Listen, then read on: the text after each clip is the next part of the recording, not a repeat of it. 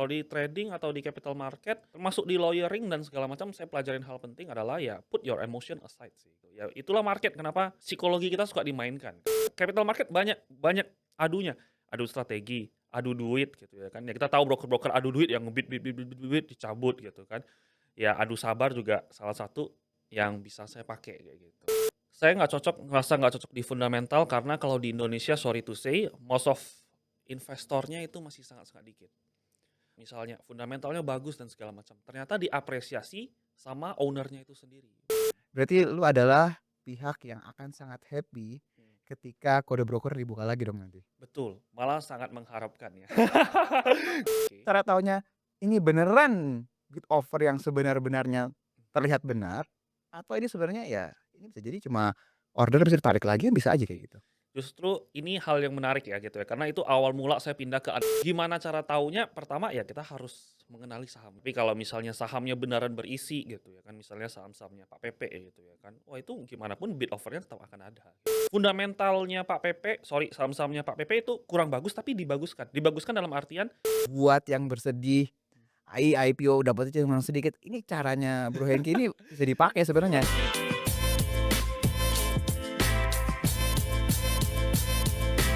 Halo my friends, kita ketemu lagi di episode Tiger Talk dan seperti biasa kita mengundang narasumber-narasumber yang hebat yang bisa memberikan insight sehingga my friends bisa mendapatkan perspektif yang lain dan bisa mendapatkan hasil yang lebih maksimal untuk investasinya. Dan pada episode kali ini kita mengundang Bro Hengki Adinata. halo, Terima kasih sudah mau datang ke sini, Bro. terima kasih udah undang. Masih muda, tapi kita banyak mau gali nih dari beliau ya, karena beberapa waktu lalu dia sempat bahas mengenai salah satu saham yang lagi hype. Bener nggak, Bro? Benar benar. Kita akan bahas sama, Bro Hengki, tapi sebelum kita ngomongin masalah market dan yang lainnya, gue boleh tahu nggak sebenarnya background-nya lu tuh seperti apa sih? Sampai akhirnya lu fokus di dunia saham salah satunya ini? Kalau background dulu fakultas hukum sih, sempat lawyer gitu. Sempat lawyer 2 tahunan baru, pindah ke capital market. Oke, berarti awalnya tuh dari hukum, Betul lawyer, betul terus ke capital market. betul. Itu tahun berapa dan kenapa jadi capital market gitu, Bro?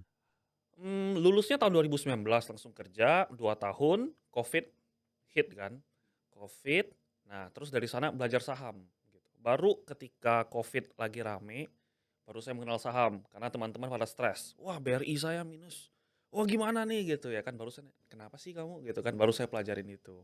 Ketika saya pelajarin itu awal-awal ya jatuh cinta, selain jatuh cinta karena logiknya ya, "Wih kok make money very easy," gitu at that time gitu. Jadi dari sana baru mendalami ternyata saya rasa cocok, karena lawyer menggunakan logic, begitu juga dengan capital market gitu. Dan ya sudah, semenjak sana full time sampai sekarang. Berarti kalau misalnya gue boleh tanya, waktu lu masuk ke pasar modal, Mhm, itu tahun 2021 ya, berarti betul. pas lagi rally ya market ya? Betul betul Post betul. Covid berarti kan itu kan? Betul betul. Orang banyak yang stres ya karena pada saat itu kan lu ngelihat saham seperti kayak blue chips kayak BRI kan Mmm, ARB terus betul kan pada betul. saat itu kan. Nah, waktu lu masuk ke capital market, analisa lu tuh gimana? Karena lu kan yang namanya lawyer kan pasti lu harus Betul. harus apa ya, segala sesuatu itu kan harus benar-benar terstruktur lah ibaratnya. Lu nggak mungkin main tebak-tebakan kan? Iya. Apa yang lu pakai analisa pada saat itu? Oke, dari awal-awal saya belajar fundamental terlebih dahulu gitu. Jadi analisa fundamental, teknikal lah semua saya pelajarin gitu ya kan. Karena namanya lagi semangat, lagi dihargain duit, "Wih dapat duit, beli ijo beli ijo Di beli awalnya ijo." naik ya? Iya gitu. Jadi ya, tapi ya most of it saya berani bilang awal-awal ya masih unsur tebak-tebakannya masih banyak gitu. Fundamentalnya masih raba-raba, masih dengar, wah ini ngomong apa, ini ngomong apa. Jadi ya kurang lebih seperti itu. Baru makanya rally enak, awal baru di-humble sama market, gitu. Gitu, klasik lah ya, gitu ya. Oke, sebelum lu dapet, apa ya namanya, dapet pelajaran dari market, Betul. boleh tahu nggak lu waktu itu pelajarin fundamentalnya itu seperti apa? Mhm. Apakah, sedalam apa lu belajarin fundamental itu? Nah, justru itu belajarnya kulit tapi ngerasa jago. Itu yang jadi masalahnya, tapi untungnya ya udah untung banyak, jadinya loss-nya ya floating profit-nya, gitu. Oh, oke. Ya kenanya di sana. Oh, jadi karena pada saat 2021 ke atas itu emang lagi rally-rally-nya, Mhm. lu pakai justifikasi apapun pasti kan Betul juga naik kan. betul Nah, karena lu ngerasa lu pede dengan apa yang lu lakukan itu, Lu rasa gampang ke Benar depannya, tapi benar, ternyata enggak. ternyata enggak gitu. Terus Karena ya market jadi rasional ya gitu ya, dari irasional makanya, bull-nya luar biasa jadi rasional. Jadi ya yang ternyata kita sebenarnya nggak salah, belum salah gitu ya kan. Nah jadinya salahnya semua keluar di belakang-belakang, mmm, gitu. jadi pas lu pindah sorry gua nggak mau pindah dulu ya. Mhm Pas lu sadar bahwa cara fundamental lu itu salah itu di momen seperti apa lu ngerasa salah? Sorry nih gua ngomong gini kenapa, mhm, karena ketika lu ngomong lawyer gue jadi kepikiran mantan partnernya Warren Buffett yang sudah almarhum ya, mhm, Charlie Munger Charlie ya. Munger, Dia dari lawyer, capital market, mhm. fundamental, tapi justru lu malah nggak memperdalam si fundamental itu. Apa yang bikin lu akhirnya, "Gua nggak cocok nih di fundamental." Oke, saya ngerasa nggak cocok di fundamental karena kalau di Indonesia sorry to say, most of investornya itu masih sangat-sangat dikit. Masih ya hitungan di bawah 5% gitu dari semua penduduk kita. Artinya dan saya menemukan banyak perusahaan yang valuasinya itu misalnya fundamentalnya bagus dan segala macam, ternyata diapresiasi sama owner-nya itu sendiri, bukan sama marketnya yang karena market kita belum dewasa gitu. Berbeda dengan ya kalau Charlie Munger di luar kan menggunakan ya fundamental gitu, yang under value, misprice dan segala macam. Karena most of US 90-an% orang itu ngerti investasi gitu. Jadi mereka bisa, oh retailnya, investornya itu bisa menghargai, wah ini perusahaan gimana. Berbeda dengan kayak kita, makanya banyak yang fundamentalnya bagus gitu ya kan. Kenapa sekarang baru rally? Kenapa nggak kemarin-kemarin baru rally? Karena ya belum ada kepentingan dari market owner-nya kalau saya sebutnya kayak gitu. Jadi mereka belum ada jadwal, ya dari sanalah mungkin ya gitu. Baru saya pindah ke aliran analisa transaksi kalau di Indonesia. Bukan teknikal tapi analisa transaksi. Betul. Transaksi itu maksudnya gimana? Analisa transaksi ya mungkin yang paling gampang teman-teman tahu yaitu broker kali ya gitu. Siapa yang beli, siapa yang jual gitu ya kan. Asingnya mainnya gimana, bid offernya gimana. Tapi lebih saya tekankan tuh bid offer kayak gitu. Ke bid offer-nya. Mhm, Berarti lu adalah pihak yang akan sangat happy mhm. ketika kode broker dibuka lagi dong nanti? Betul, malah sangat mengharapkan ya. Kalau bisa ya Berarti kan. kalau regulator nonton ini, lu Iya, lu mau kasih pesan bahwa tolong kalau bisa segera tolong dibuka gitu? tolong iya itu masa-masa manisnya gitu ya kan. Cuman ya pasti kalau pemainnya akan berusaha mengkelabui lah gitu, karena kalau kita tahu, broker dulu ada banyak variasi broker-broker yang quote unquote ya disengaja sembunyikan kayak gitu, karena mereka nggak akan mau polos telanjang untuk kasih kita lihat gitu. Ya cuman ya jadi lebih menarik, lebih fair lah gitu. Oke, sebelum kita ngobrol lebih dalam nih, Bro. Mhm, Pasti kan yang nonton akan berpikir kan, mhm, gimana cara ngelihatnya? mhm, Maksudnya bid offer kan bisa aja itu kan belum match. betul, Gue order nih misalnya, gue taruh 50.000 lot, mhm, gue nggak jadi gue tarik. betul. Nah, cara taunya gue nggak tahu ya lo mau share atau enggak ya, Oke, cara taunya ini beneran bid offer yang sebenar-benarnya terlihat benar, atau ini sebenarnya ya ini bisa jadi cuma order bisa ditarik lagi kan bisa aja oke. kayak gitu. Justru ini hal yang menarik ya gitu ya, karena itu awal mula saya pindah ke analisa transaksi. Oke. Dulu saya ada main saham, sahamnya bukan fundamental lah gitu ya kan untuk trading gitu. Nah, sahamnya waktu itu MLPL, film, sebelum rally-rally-nya gitu. Nah, saya lihat gitu kan, loh ini bid-nya tebel-tebel gitu kan, 100.000, 100.000, 100.000, 100.000, 100.000. By logic gitu ya kan, kalau by logic, wah ini banyak yang mau beli nih, seharusnya naik gitu ya kan, by logic gitu. Ternyata bin salah bin, hilang semua gitu, di-withdraw gitu ya kan. Saya kaget gitu loh, saya kaget, wah ternyata bisa dimanipulasi kayak gitu. Dicabut langsung terjun bebas. Nah, terus ada influencer, sebelum dicabut, "Ini bagus, bla bla bla bla bla," dicabut, diguyur gitu. Oh, ternyata saya baru tahu gaya mainnya seperti kayak gitu. Jadi, gimana cara taunya, pertama ya kita harus mengenali sahamnya terlebih dahulu gitu. Ada yang emang doyan seperti kayak gitu, seharusnya bidnya cuma 300 lot, 500 lot, ditebal-tebalin kayak gitu. Nah, itu biasanya saham-saham yang sebutnya goib ya gitu ya. Kalau goib, kita hindarin kayak gitu. Oke. Tapi kalau misalnya sahamnya beneran berisi gitu ya kan, misalnya saham-sahamnya Pak Pepe ya gitu ya kan, wah itu gimana pun bid offer-nya tetap akan ada gitu dan rame orang transaksikan. Nah biasanya saya lihat brokernya ya siapa yang jual gitu, kalau mayoritas retail jual, artinya yang nampung ya kalau nggak institusi ya asing yaitu market maker ya, yang penting intinya retail jual itu suatu hal yang bagus gitu. Jadi ya saya kurang lebih lihat seperti gitulah, heeh, Oke, sebelum gue ngomong masalah retail yang juara ya, heeh, tadi kan lu bilang masalah bid offer tadi ya, mhm, Bro, ya. Kan dia bisa dicabut, tapi untuk saham-saham tertentu, Mhm, dia akan stay beat-nya, mhm, dia nggak hilang. mhm. Berarti lu ngafalin semua emiten-emiten, "Oh, yang ini oke, yang Mhm. ini enggak." Jadi lu tandain gitu loh ibaratnya. Bener nggak kayak gitu? Benar, benar. Saya tiap hari Oh. liatin ya seluruh emiten, rata-rata saya liatin ya gitu ya kan. Hmm. Cuman yang kalau yang udah jelas-jelas nggak jelas, ya udah skip aja gitu, Lu keluar sampai dari watchlist berarti? iya keluarin dari watchlist gitu. Cuman ya most of it saya tiap hari liatin lah gitu, Mmm. gitu. Jadi kalau misalnya ini mungkin juga buat my friends yang nonton ya. Mhm, Jadi ketika ketemu satu saham, ini gue ambil contoh ya, let's mhm, say saham ABC lah, misalnya mhm, saham ABC. Dia bid-nya ada nih 1.000, 1.000, 1.000, 1.000. Terus lu perhatiin nih, lu kan dalam hari itu let's say lu nggak punya posisi kan, "Ih, ini saham apa nih gue baru lihat nih." Oke, 1.000, 1.000, 1.000, 1.000. Tiba-tiba lu perhatiin nilai transaksi nggak bertambah, mhm. tiba-tiba bid hilang, bener nggak menurut gue? Bener ya Benar, maksudnya? benar, benar. Tapi kalau bid-nya hilang, nilai transaksi bertambah berarti kan ada yang jual dong, ada yang Mhm, makan, bener nggak? betul. Tapi ketika nilai transaksi tidak bertambah, bid-nya hilang semua, tiba-tiba harganya kayak berantakan, Mhm, itu langsung lu skip sahamnya? skip gitu. Nah, Oh. karena ya manipulasi lah ya gitu ya kan. Ya walaupun di Indo mau by regulation dilarang manipulasi harga. Ya most of it manipulasi gitu. Ya itu kepahitan yang sebenarnya gitu. Tapi ya kita bisa memanfaatkan hal itu, kalau nggak ada orang-orang kayak mereka yang market maker-in, ya sahamnya nggak akan kemana mana gitu. Nah contoh ya saham Blibli gitu kan, oh gitu ya kan, mau gimana gitu. Dia pasang bid gede gitu ya kan, tapi nggak ada yang mau makan, terus pasang over gede juga, ya nggak akan kemana mana. Mungkin belum, tapi ya cost of time-nya kan banyak banget kamu kalau misalnya kalau let's say itu fundamentalnya bagus, tapi cost of time kamu bisa looping ke tempat lainnya itu loh yang sayang, kayak gitu. Oke, sebelum kita pindah mengenai masalah transaksi lagi ya, Mhm, gue penasaran. Berarti lu adalah tipikal orang ini, oh mau sahamnya fundamentalnya sorry to say ya, nggak jelas pun mhm, fundamentalnya, selama nilai transaksinya tanda kutip "rapih" berdasarkan parameter yang lu oke. taruh, lu akan beli sahamnya. Iya apa enggak? Tidak sepenuhnya iya, karena ada beberapa yang transaksinya rapi, tetapi repo, saham-saham repo gitu, itu saham-saham yang saya hindarin gitu. Saham-saham repo, saham-saham yang nggak ada partisipan marketnya gitu.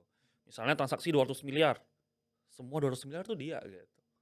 Nah itu kan bisa dicek kan kita lihat broksumnya gitu, gaya makannya, biasanya kayak gitu sahamnya taruh bid misalnya 100 ribu langsung disiram, taruh lagi siram, kalau nggak taruh over langsung dimakan, ya kurang lebih kayak gitu. Itu Jadi kan dia juga yang makan maksudnya gitu? betul. Nah itu biasanya ya saya hindarin sih, gitu. Mau naik, mau gimana silakan lah gitu. Karena kalau misalnya saya masuk gede, nasibnya pasti berbeda.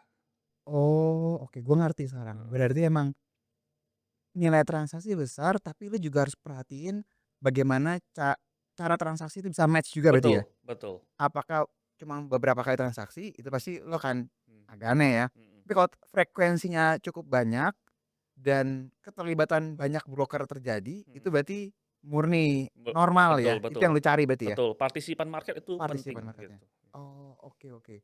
Terus pertanyaan gue berikutnya gini, ada nggak dari sisi lu, oke minimum likuiditas harus sekian transaksi?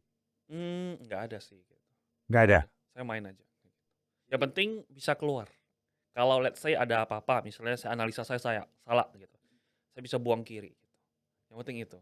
Itu yang paling penting. Makanya partisipasi market itu penting. Kalau misalnya saya masuk contoh 5 miliar, tapi ya ternyata bidnya itu cuman hanya 10 juta, 5 juta, metong saya gitu ya kan. Nah yang Bisa masuk nggak bisa keluar ya? betul gitu. Jadi kalaupun bisa profit gede, tapi ya secara nominal, tapi nggak bisa dieksekusi berapa, kayak gitu. Lu berapa hari sih ininya setiap nge-hold apakah karena kalau gue liat kayak waktunya nggak lama atau gimana lu? Tergantung momen gitu kan. Kalau masih bagus, masih kuat ya enjoy aja gitu. Kayak contoh kemarin WiFi gitu ya kan. Nah, itu kan dari 2000 rally gitu kan. Wah, ya udah enjoy aja kayak gitu. Cuman kalau kadang itu karena kalau kita dapat posisi bagus. Kalau posisi yang nggak bagus ya mau nggak mau ya kita tektokan gitu. Tektokan berarti saat mungkin lo cut loss? Sangat mungkin dan itu hal yang sangat biasa sih gitu ya kan. Cuman kan ya kita yang penting kita tahu kenapa kita cut loss gitu ya kan. Kenapa kita bisa profit. Menurut saya sih itu jauh lebih penting daripada oh cut loss doang kayak gitu. Oh, oke. Karena buat yang memang yang sudah biasa kayak lu itu biasa, cuma mungkin buat my friends yang Mhm. nonton, cut loss kan sesuatu yang aduh sayang banget kan Iya. ya, udah capek-capek nyari duit, terus Mhm, tiba-tiba harus cut loss, tapi buat cara seperti lu, cut loss itu normal. Karena iya. cepat atau lambat akan tergantikan kan Betul, dengan yang betul, lain. betul. Oke. Karena ya kita nggak tesis kita kan nggak selalunya benar, kayak gitu. Ya kebetulan benar kamu di reward-nya gede, tapi kalau kamu salah ya kamu harus cepat-cepat mengakuinya gitu. Nah, most of people kan nggak mau mengakui gitu kan. Salah kayaknya nih ya. Nah, terus kalau kayaknya dia nanya temannya gitu, temannya udah bilang, "Kayaknya kamu salah deh." Enggak." Nah, kayak gitu. Itu Karena punya posisi. iya betul. Jadi position bias gitu. Nah, itu yang biasanya bikin orang rungkat parah ya gitu ya.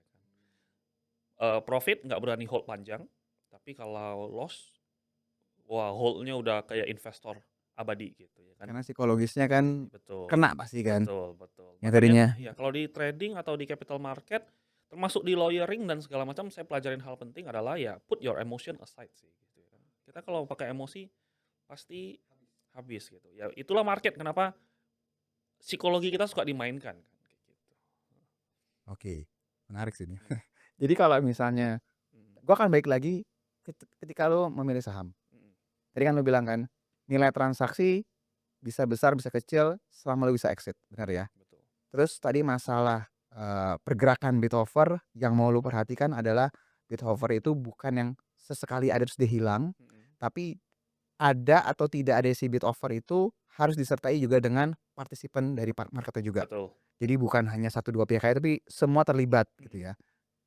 Pertanyaan gue simpel, apakah setiap saham yang mau lu masukkan watchlist atau yang mau lu tradingin lah seterusnya ke depan, mhm, lu selalu coba terus, Bro? Jadi misalnya gini, lu ketemu nih, "Ah, saham ABC bagus nih, mhm. cobain dulu deh. Oh, ada lagi nih saham baru lagi nih, XYZ, masukin dulu deh." Terus nanti lu ngerasain kan, "Ih, Iya, gue dikerjain yang ini iya, nih. iya. Eh, yang ini baik nih." Mhm. Itu lu lakukan hal seperti itu atau tidak? Melakukan hal seperti itu. Kalau contoh yang paling dekat Bufa. Bufa kan lagi bul-bulnya kan gitu ya kan. Di 80-an saya sudah koleksi gitu. Malah ketika saya koleksi, itu dipalangin offernya tebel-tebel. Nah, itu bikin saya takut. Nah, kalau orang normal yang nggak merhatikan pasti, "Ini kenapa nih offernya gede nih, banyak yang mau jualan," gitu. Susah naik pasti kan? Susah naik. Offernya gede, saya makan. Saya langsung tabrak semua offernya. Kaget, langsung dicabut offernya gitu, baru rally-nya sampai kencang. Hari ini bahkan arah kayak gitu. Jadi ya kurang lebih sama-sama seperti kayak gitu. Kan mereka mau nakut-nakutkan kita kan gitu ya kan. Ini saya nggak mau kasih naik nih, jual nggak gitu ya kan. Nggak mau, saya makan di ya kurang lebih ya seperti gitulah. Permainan psikologis itu salah satu hal yang makanya saya bilang trading itu nggak boleh pakai psikologis gitu. Datanya Bufa bagus, lagi ya kita bisa lihat narasinya lagi ke sana, Mina, Bufa lagi right issue ya kan, lagi right issue terus ya belakangnya kan kita tahu itu, Pak Happy Hapsoro gitu ya kan. Nah ini lagi, wah cocok nih gitu, hype-nya lagi dapat, lagi right issue sepertinya ada kepentingan, terus ada yang kumpulin terus gitu ya kan, offer-nya dipasang, saya coba makan nih, coba makan, ternyata dia bilang, "Jak," ya dia cabut gitu lah, saya nggak mau hilang barang, kurang lebih ya definisinya kayak gitu, Lu coba makan, jadi iya. lu bukan ngantri ya berarti ya? Saya ngantri, saya udah ngantri, saya udah waktu itu bid offer-nya cuma 10.000 saya udah kumpulin 200.000-an gitu ya kan. 200.000-an ini offer gitu ya kan. Saya kesel gitu, "Ini kenapa nih Mas?" Coba makan gitu, ternyata wah tesis saya benar gitu. Ternyata dia mau barang juga. Nah, gitu, rebutan lah kita kayak gitu kan. Baru marketnya ya rally, saya juga nggak expect sih sampai secepat gini arahnya kayak gitu. Sekarang 150 something gitu ya, udah beggar lah kurang lebih gitu. Mmm, 170, 150-an gitu lah. berarti di tahap, lu ketemu saham tertentu, lu testing dulu. Mhm, Testing bukan full power kan pasti kan? bukan. Ngetes dulu, oh dia tanda kutip "welcome."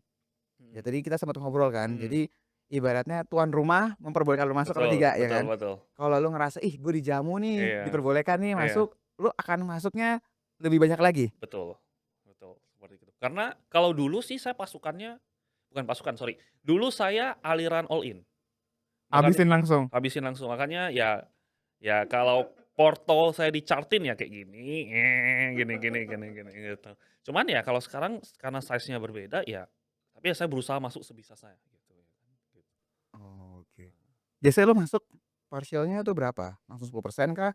5% kah? Atau 50% dulu? Atau berapa? Untuk Eee, ngetes masuknya dulu? oke tergantung emiten sih, biasa saya pakai nominal lah gitu ya kan, Oke. nominal. Kalau saya di Indo nominal yang saya comfortable masuk itu maksimal 10 M per emiten, Maksimal. maksimal, Jadi gitu. kalau misalnya lu nyaman, Mhm, lu akan masuk bertahap dulu, mhm, mereka welcome, mhm. maksudnya si marketnya nggak ngerasa Betul, betul. terganggu, terus juga lu menambah posisi pun juga Iya, happy-happy aja betul, mereka, nggak ada ini, baru lu full power. betul. Kalau udah lu full power nggak gerak sahamnya, apa yang lu lakuin? Ya selagi masih tesis saya masih sesuai ya saya hold gitu. Berarti bisa lama juga lu hold? Bisa bisa bisa. Cuman ya biasa saya nggak sabar ya gitu. 2, 3 bulan bagi saya udah lama, gitu. 2, 3 Oke, bulan saya ketemu kebetulan banget Bufa ini baru belum sampai sebulan gitu, udah mau begar gitu, ya sudahlah gitu. rezeki ya? Udah ya rezeki. Market lagi rame habisnya. Ya, berarti gue mau nanya ini nih sebenarnya, oke. Lu udah ketemu saham yang bagus, semua parameter checklist lah, Betul. lu udah full power, udah akumulasi full power, 2 bulan, 3 bulan nggak gerak-gerak nih saham. Mhm Apa yang lu lakukan? Lu cut loss kah? mhm. Apa lu tes tambah lagi? Atau ya udah lu pasrah nunggu aja? Nunggu, kalau tesisnya masih sesuai saya nunggu.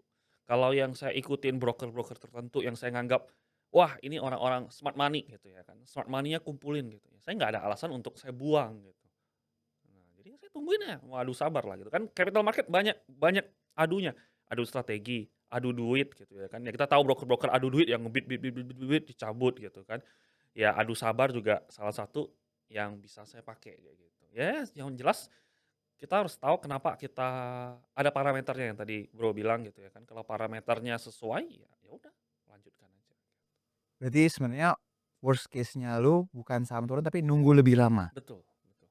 Saham turun ya kalau turun saya anggap, ya tesis saya salah, langsung saya cut gitu, gitu. Oh, oke. Jadi Gimana gimana gimana gimana? jadi kalau misalnya ini kayak misal Bufa gitu, waktu itu yang kumpulin IF, HP gitu ya kan, broker-broker yang smart money lah saya sebutnya. Tapi kalau misalnya saya lagi kumpulin nih, udah banyak, dia tiba-tiba buang barang, saya buang juga mau nggak mau kayak gitu, langsung saya cut gitu, Oh, oke. disiplin kayak gitu. Tapi berarti kan setiap saham brokernya pasti bisa beda-beda dong? Betul betul betul Jadi lu hafalin pattern-nya ya? betul, Selama mereka di dalam, mereka masih nyaman menambah posisi, lu mhm, akan nyaman juga? betul, Tidak peduli dengan fundamentalnya? nggak Ah, ya fundamental mengikuti lah, oke, kita mengikuti ya. mhm Tapi ketika lu lagi diem, tiba-tiba lu lihat, kok dia keluar? mhm, Lu langsung ambil posisi juga untuk keluar juga? betul. Nah kalau dia sideways-nya lama, dia kumpulin lama artinya dia pede dong gitu kan. Dia pede, ya udah saya nebeng gitu. Kan kalau dalam artian dia harganya di sini gitu ya kan. Misalnya waktu itu di 80-an dia kumpulin. Dia nggak mungkin maksudnya nanti dia akan makan barang lebih naik lagi. Jadi average dia akan naik gitu. Jadi ya saya aman gitu. Malah ya kalau bagi definisi saya ya biarkan market maker-nya bekerja kayak gitu. Nanti saya gebuk ketika ya mereka udah mulai keluar, retail udah mulai misalnya ini sekarang harga 170-an gitu kan. Misalnya Bufa, target 1.000, retail udah kayak gitu. Nah, biasanya saya udah, "Nih, saya kasih deh, kamu mau 1.000 ya udah saya kasih deh," gitu. Biasanya kayak gitu. Ya kontrarian lah harus gitu. Harus kita berpikir sebaliknya. Oh, oke. Berarti kalau yang gue tangkap di sini, eee, lu bisa jangka waktunya panjang Mhm, selama yang punya kepentingan tanda kutip tadi lu bilang ya, betul mereka masih stay, apalagi mereka terus akumulasi ya. betul. Dan selama mereka nggak keluar, harga naik turun itu nggak masalah buat lo. Iya, Tapi ketika mereka keluar baru itu jadi pertimbangan lo. betul. Oke, tadi kan gue udah nanya masalah teknisnya. Mhm, Gue boleh nggak tahu saham-saham apa aja ini kita ngomong yang udah masuk parameter checklist lo. oke.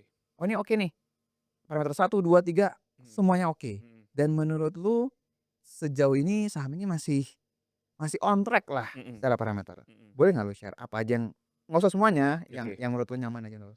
Parameternya kan gitu ya, parameternya ya ada kepentingan sih gitu. Kayak contoh yang ada kepentingan yang paling menonjol itu Pak PP gitu ya kan. Sahamnya brand, Petro, Cuan gitu. Nah ini logik juga, ini kan pada kita syuting kan belum pengumuman MSCI kan. Nah nah jadi by logic kayak gini, logik saya kenapa tiba-tiba MSCI bilang, "Nggak boleh nih, saya nggak mau ada saham yang masuk FCA." Tiba-tiba dia sekarang bilang, "Eh boleh deh," gitu ya kan. Kenapa dia ngomong kayak gitu, kalau dia nggak mau masukin sekarang ini gitu ya kan, kenapa nggak next quarter aja gitu. Nah pasti ada alasannya, apakah mungkin dia ngerasa, kita ada duit, kita mau invest ke Indonesia, tapi kita nggak tahu mau invest di perusahaan apa. Wah ternyata yang bisa saya invest ini saham-sahamnya Pak PP, tapi ada restriction kita buat, makanya dia hilangkan kayak gitu. Nah hal-hal yang seperti gitu yang biasa saya, best guess-nya gimana gitu.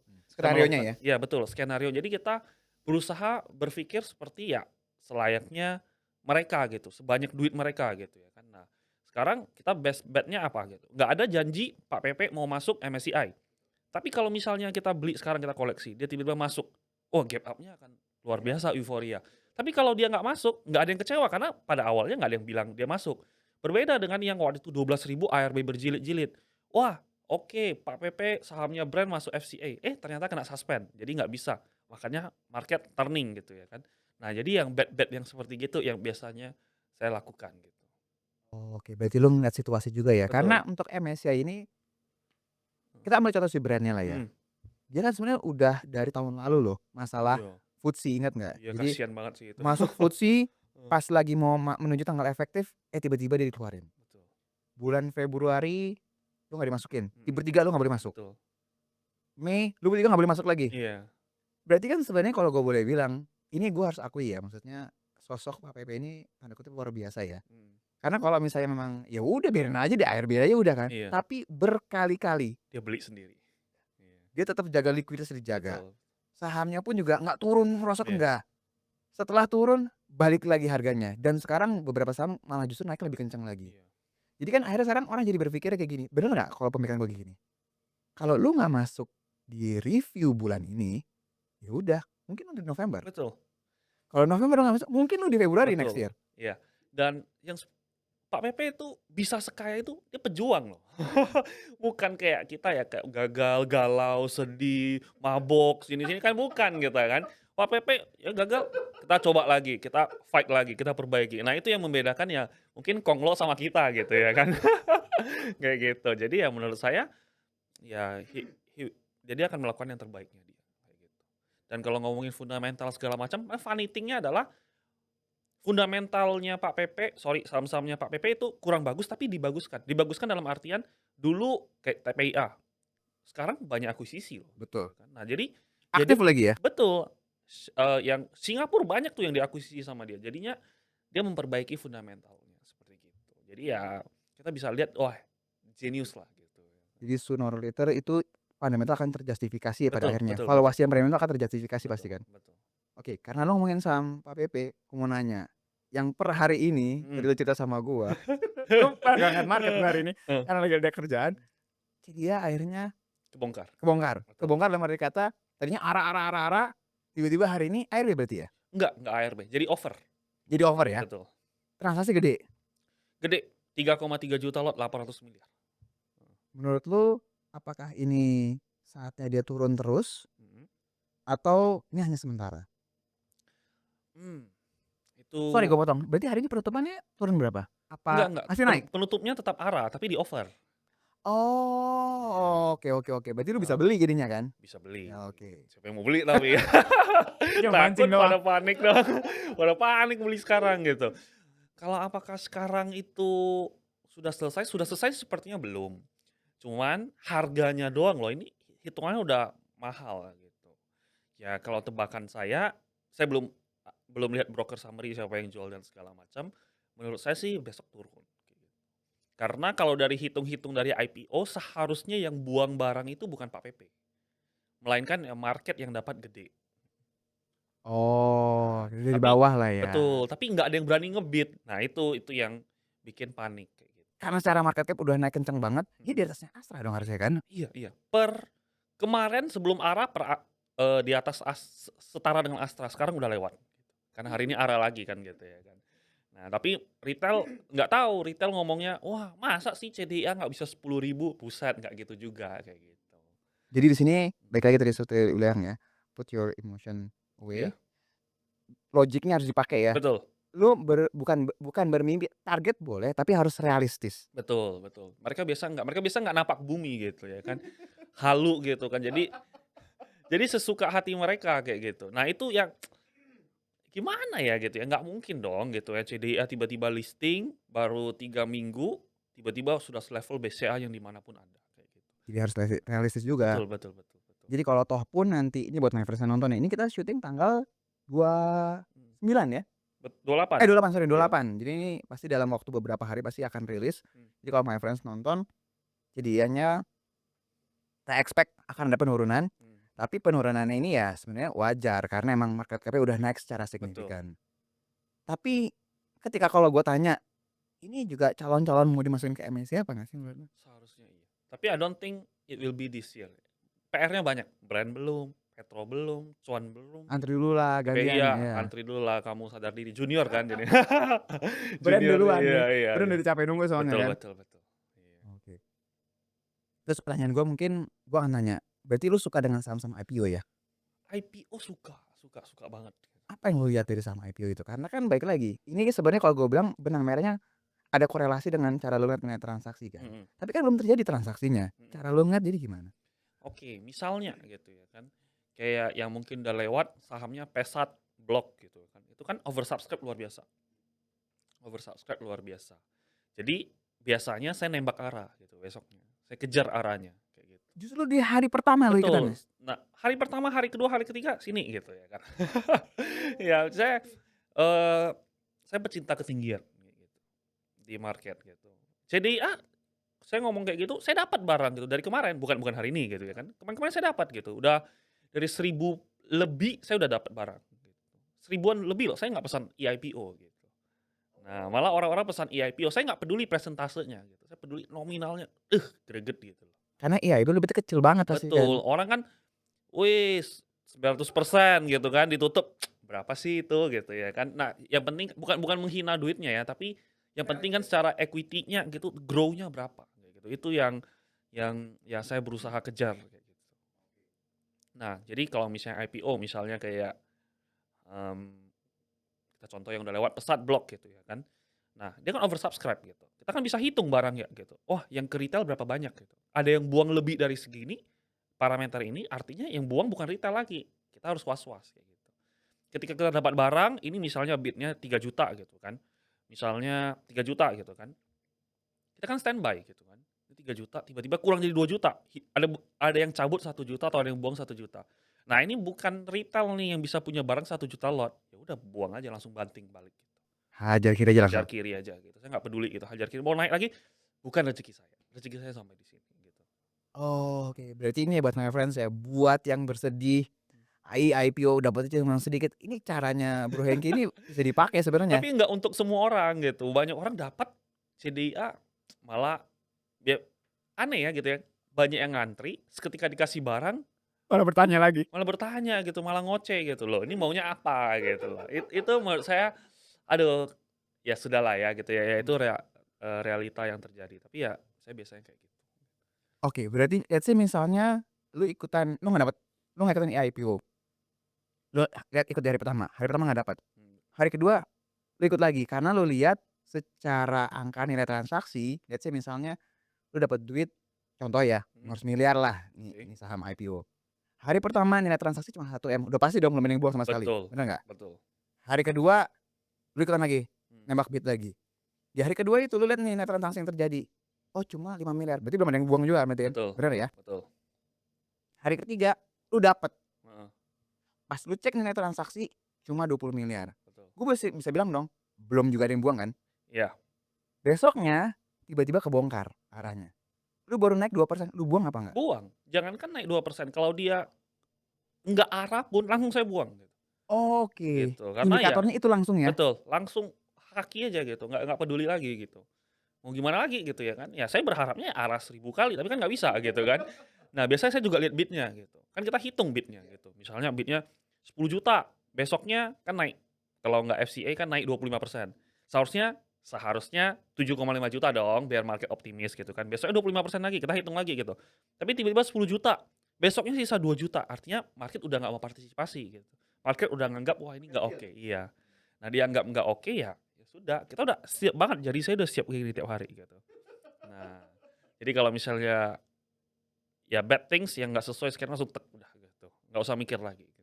Jadi kita udah standby, karena pengalaman saya pernah saya bisa ngomong kayak gitu karena saya dulu pernah kena gitu. Tembak saham IPO, arahnya saya kejar, tapi ya saya terlalu pede.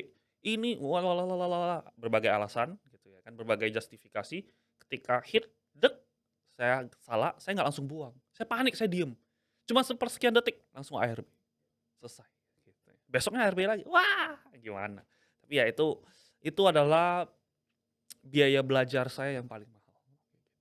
Oke, lu bukan kena di saham fundamental, tapi di transaksi tadi yang lu kena Betul ya? betul betul. Karena kan sekali buang itu pasti orang kalau skala besar nggak mungkin buangnya satu papan, enggak Betul. kan, dia langsung buang jebret Langsung gitu iya. ya kan, dan ketika dia ngebuang segitu besar, market akan panik dan nggak akan ada bid.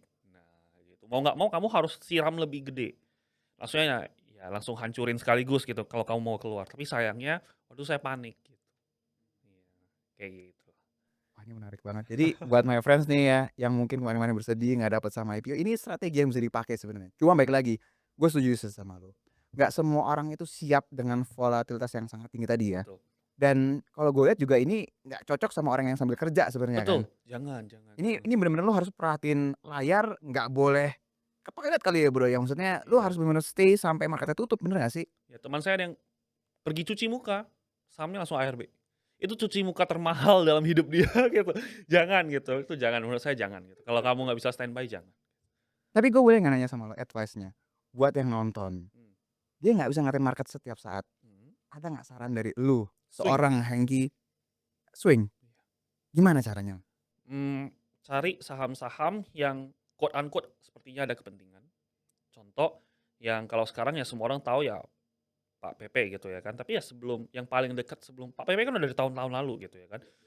Nah ya kan, tapi yang tahun lalu yang orang-orang nggak notice itu saham-sahamnya Pak Bakri gitu ya kan. Dewa, Energi, BRMS gitu ya kan. Bumi ya susah naik karena banyak yang nyangkut ya gitu ya kan, sama ada asingnya cendongnya tuh kalau naik pasti selalu gebuk gitu, makanya buminya paling nggak gerak gitu. Iya, nah cendong kenang tapi kalau cendong masih 10% gitu ya, selamat, silakan kalau kalian suka invest gitu ya, kalau saya akan melakukan invest yang seperti kayak gitu. Bumi bagus nggak bagus gitu ya, kalau nggak kenapa saling beli gitu ya kan, kepentingan saling ada gitu. Terus dia udah kuasi gitu, nah dan kita tahu itu apa tuh nama perusahaannya ya yang dimasukin ya, ya call-nya lah yang penting ya, saya lupa pula namanya gitu. KPC betul. Nah KPC itu tingkat call-nya tuh lebih bagus daripada call-call lain gitu, secara kualitas gitu. Jadi fundamental itu oke gitu ya kan. Transaksinya doang nih belum oke gitu ya. Kapan kalau kamu mau sabar, mau invest, menurut saya Bumi is a good price kayak gitu. Tapi sekali lagi 10% tuh banyak gitu ya. Tunggulah dia tunggu 5% baru kamu mulai chip in kayak Lebih gitu. ringan nanti jadinya. Betul, lebih ringan gitu. Nah, tapi ya manfaatkan ya saham-saham seperti itu. Kayak gitu. Nah, Dewa kenapa Salim kenapa masuk segala macam ya. pasti ya ada reason-nya kayak gitu. Karena kalau buminya tambah bagus, Mhm. nanti kontraktornya diuntungin Betul dong, betul, si Dewa kan Dewanya. ya ekosistem lah, mereka semua ekosistem kayak gitu kan. Ya makanya konglomerasi itu grupnya itu banyak bisnis-bisnis, karena duitnya lempar ke sini, lempar ke sana, mutar, dia nggak mau duitnya keluar kayak gitu, ekosistemnya mereka. Jadi ya manfaatin ya seperti gitu, swing menurut saya. Keren nih. Jadi my friends ya, ini ada 2 pelajaran penting nih pada hari ini ya. Yang pertama buat my friends, IPO hunter, Mhm, ya, kalau nggak dapet, cuma dapetnya sedikit, nah ikutin nih. Tapi tapi ya lu harus di depan layar terus, betul. nggak boleh cuci muka. Ya. Mahal itu nanti, kamu akan benci mukamu nanti. Setiap ngaca, "Oh gitu gua nggak cuci muka," Iya gitu ya. iya iya. Dan yang kedua buat yang memang nggak punya waktu, Mhm, nggak bisa ngeliatin market, ya coba swing. Tapi swing itu cari perusahaan-perusahaan yang memang punya, dari sisi owner-nya itu ada kepentingannya. betul Dan memang kalau kita lihat secara fundamentalnya pun juga dia punya cerita ya, gue bilang ya, ini kita ngomongin cerita ya. betul betul, Karena kalau orang kan kebanyakan fundamental kan, oh PR-nya murah, ini orang hanya fokus di sana. basi. Orang harus fokus pada cerita masa depannya seperti Betul. apa. Itu yang akan lebih cocok buat my friends yang memang nggak punya waktu ngeliatin market. Oke Bro Hengki, Mhm, terima kasih banyak thank untuk you. hari ini. Ilmunya bagus Oh, banget ya. Semoga bisa memberikan, insight buat my friends sekalian. Dan my friends, kalau seandainya ada narasumber-narasumber lain yang menurut my friends itu bagus, bisa kita undang, silahkan komen di bawah. Dan jangan lupa untuk subscribe, like, dan share untuk konten YouTube kita ini. Sampai ketemu lagi di Tiger Talk selanjutnya. Sampai jumpa.